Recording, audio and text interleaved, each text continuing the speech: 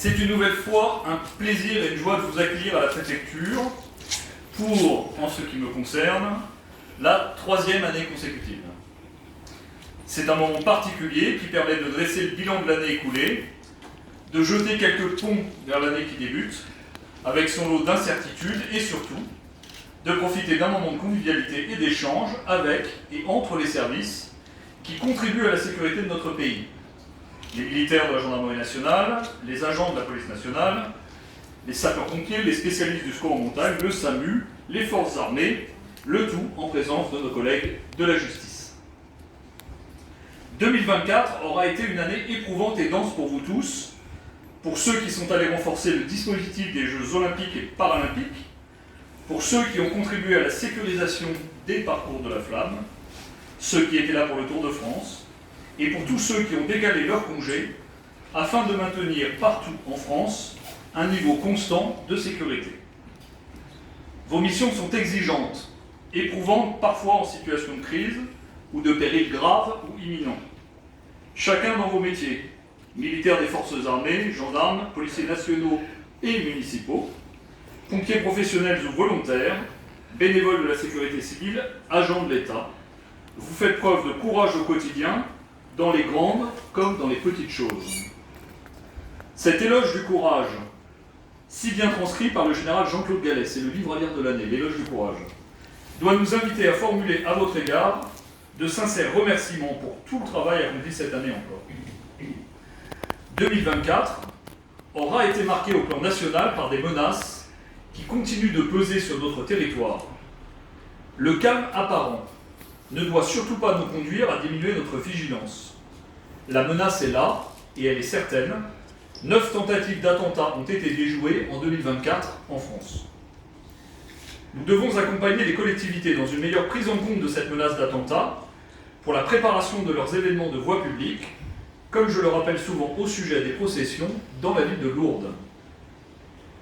2024 aura été une année où les événements internationaux sont venus défier notre quotidien aux Pyrénées.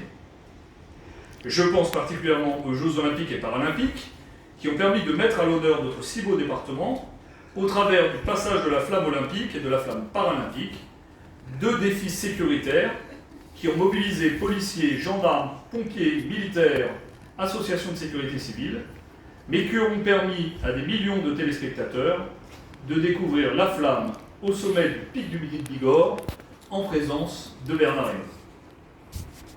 Le regard du monde s'est également tourné quelques jours plus tard vers les Hautes-Pyrénées, en cette journée du 7 mai 2024, où le président de la République populaire de Chine a été accueilli par notre président de la République.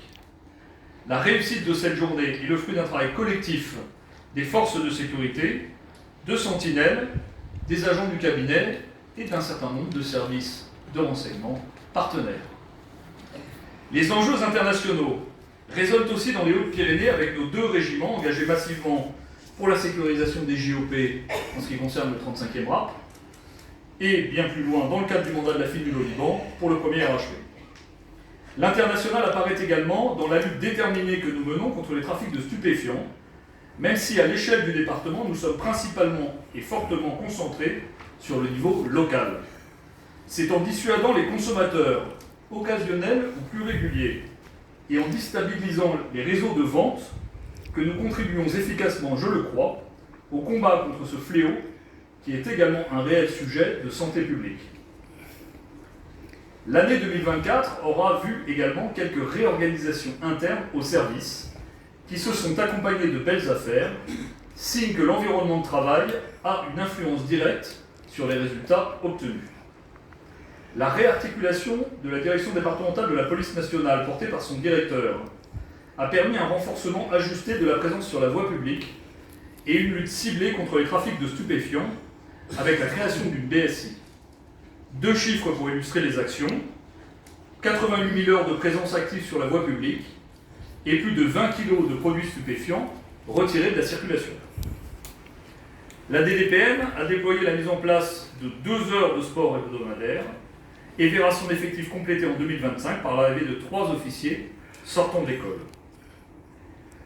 Pierre de Coubertin disait « Le sport va chercher la peur pour la dominer, la fatigue pour en triompher, la difficulté pour la vaincre. Cette citation me permet une transition de circonstances avec l'action de nos policiers de la CRS Pyrénées et nos gendarmes du peloton de gendarmerie de haute montagne. Cette année encore, vous avez dû et su gérer des secours complexes. Téléphérique du Pic du Gers, secours à la grande cascade de Gavarnie de nuit pour récupérer 3 Espagnols bloqués, secours au canyon dessous, pour ne citer que les plus marquants, et je ne reviens même pas sur le début de l'année 2025. Au quotidien, vous faites face à la détresse et parfois à la bêtise et l'imprudence de personnes mal préparées qui ne prennent pas conscience des risques qu'ils encourent et vous font encourir. Vous êtes appuyé fidèlement et efficacement par la section aérienne de la gendarmerie et par les médecins spécialisés du secours en montagne du SAMU 65, que je veux également remercier.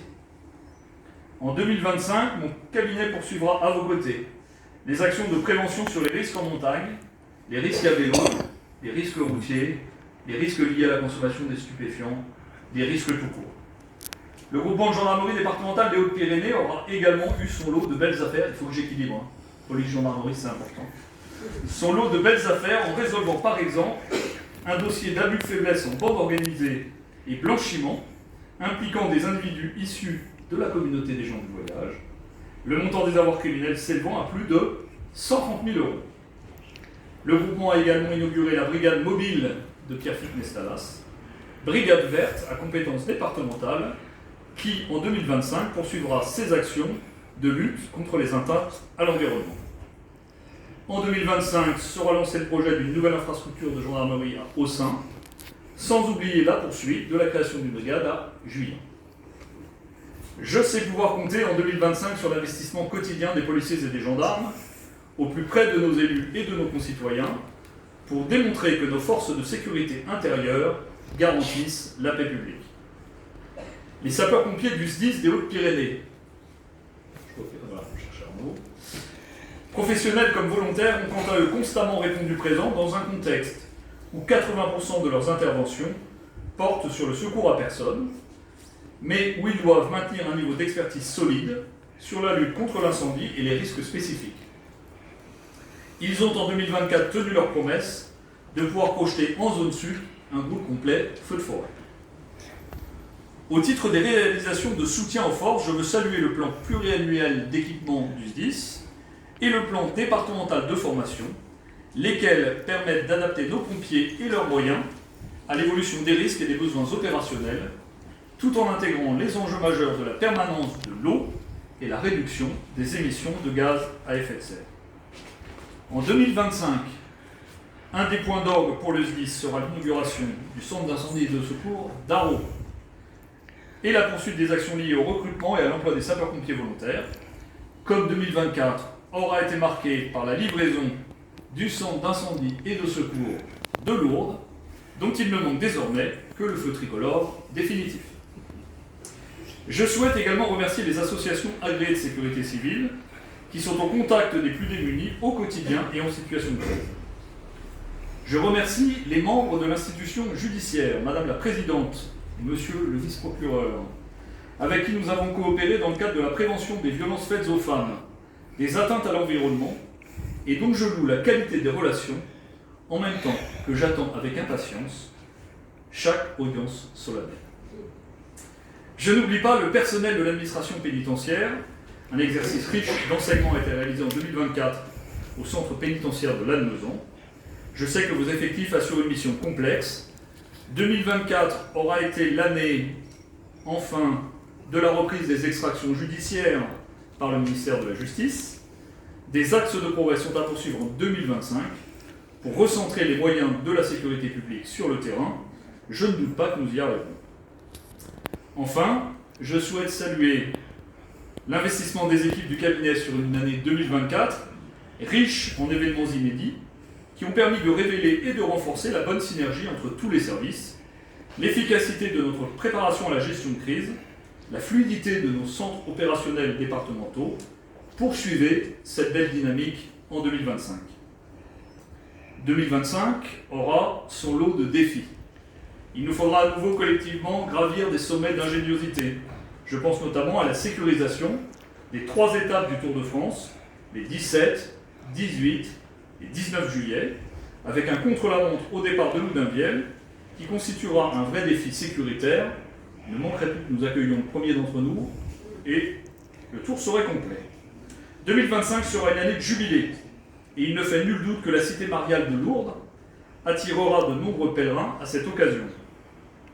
En 2025, la lutte contre les violences intrafamiliales demeurera une priorité, en veillant à poursuivre la libération de la parole, laquelle est toujours facilitée lorsque l'accueil des victimes est bienveillant et attentif. En 2025, je compte aussi sur l'action quotidienne des forces de sécurité intérieure, et particulièrement de l'escadron départemental de sécurité routière, contre une délinquance routière qui ne faiblit pas. Encore 11 morts sur les routes en 2024, 12 en 2023, et l'année 2025 n'a pas fort bien commencé. Les opérations de contrôle routier permettent de révéler de nombreuses autres infractions que nous souhaitons infléchir. Consommation et détention de stupéfiants, conduite sous l'empire d'un état alcoolique, étrangers en situation irrégulière. Avec la répression, il faudra poursuivre le combat quotidien de la prévention. Et je remercie l'action du Bureau de la sécurité routière et des transports sur ce point, ainsi que de toutes les associations qui œuvrent depuis des années dans le champ de la prévention routière. À ce titre, nous accueillerons et organiserons au dernier trimestre 2025 le challenge interdépartemental de sécurité routière, et normalement c'est le département qui organise qui gagne. Voilà. On vous fera passer les éléments pour gagner. Enfin, la lutte contre le fléau des stupéfiants devra se poursuivre avec tous les moyens dont vous disposez. Je sais pouvoir compter sur l'appui des équipes de Madame la Procureure pour vous accompagner. Mes derniers mots, avant de conclure, iront à nos forces armées et à la délégation militaire départementale.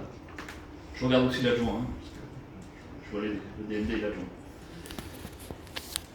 L'action de la DMD permet, j'en suis persuadé, de faire mentir la phrase du maréchal de Zatz. Nous autres militaires, nous sommes comme des manteaux dont on ne se souvient que quand vient la pluie. Vous travaillez avec une réelle conviction au développement du lien armée-nation. Je pense particulièrement aux cadets. Poursuivez en ce sens cette belle mission destinée à faire connaître nos armées et à susciter des vocations. La préfecture sera là pour vous accompagner aux côtés de la ville de Tarbes dans les perspectives de développement de vos 2 régiments. Vous pouvez compter sur moi. Je ne désespère pas en 2025, au-delà des prérogatives de chacun, des égaux, de faire triompher l'intérêt général sur le projet de crèche qui dure depuis 2 ans, symbole d'une procrastination qui n'a que trop duré. Entre-temps, les enfants, ils n'ont plus l'âge d'aller à la crèche. Je souhaite à nouveau à chacun et à chacune d'entre vous une excellente année 2025. Je vous remercie très sincèrement pour votre engagement. Je vous renouvelle ma confiance et ma reconnaissance. Votre mission est difficile, exigeante. Elle nécessite de la préparation, de la rigueur et du sang-froid.